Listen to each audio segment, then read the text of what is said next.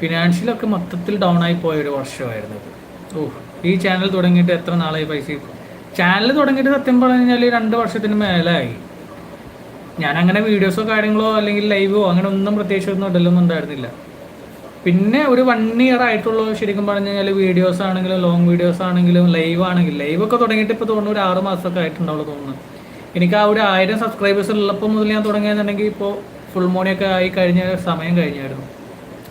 അന്ന് പക്ഷേ അതിനെക്കുറിച്ച് അറിയുന്നുണ്ടായിരുന്നില്ല, ആരും അതിനെപ്പറ്റി പറഞ്ഞില്ല. പിന്നെ ഞാനങ്ങനെ വിട്ടു. പിന്നെ ഒരു ലൈവ് കണ്ടപ്പോഴാണ് ഇങ്ങനൊരു സംഭവം ഉണ്ട് എന്നുള്ളത് മനസ്സിലാവുന്നതും കാര്യങ്ങളൊക്കെ. പിന്നെ അത് കണ്ടിന്യൂ ചെയ്തപ്പോഴാണ് ഹാഫ് മോണി കഴിഞ്ഞതും ഫുൾ മോണിലോട്ടുള്ള ഈ സംഭവം.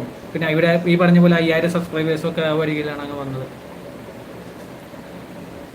ചിലവരൊക്കെ ലക്കാടാ, ചിലവരൊക്കെ പെട്ടെന്ന് ക്ലിക്കാവും,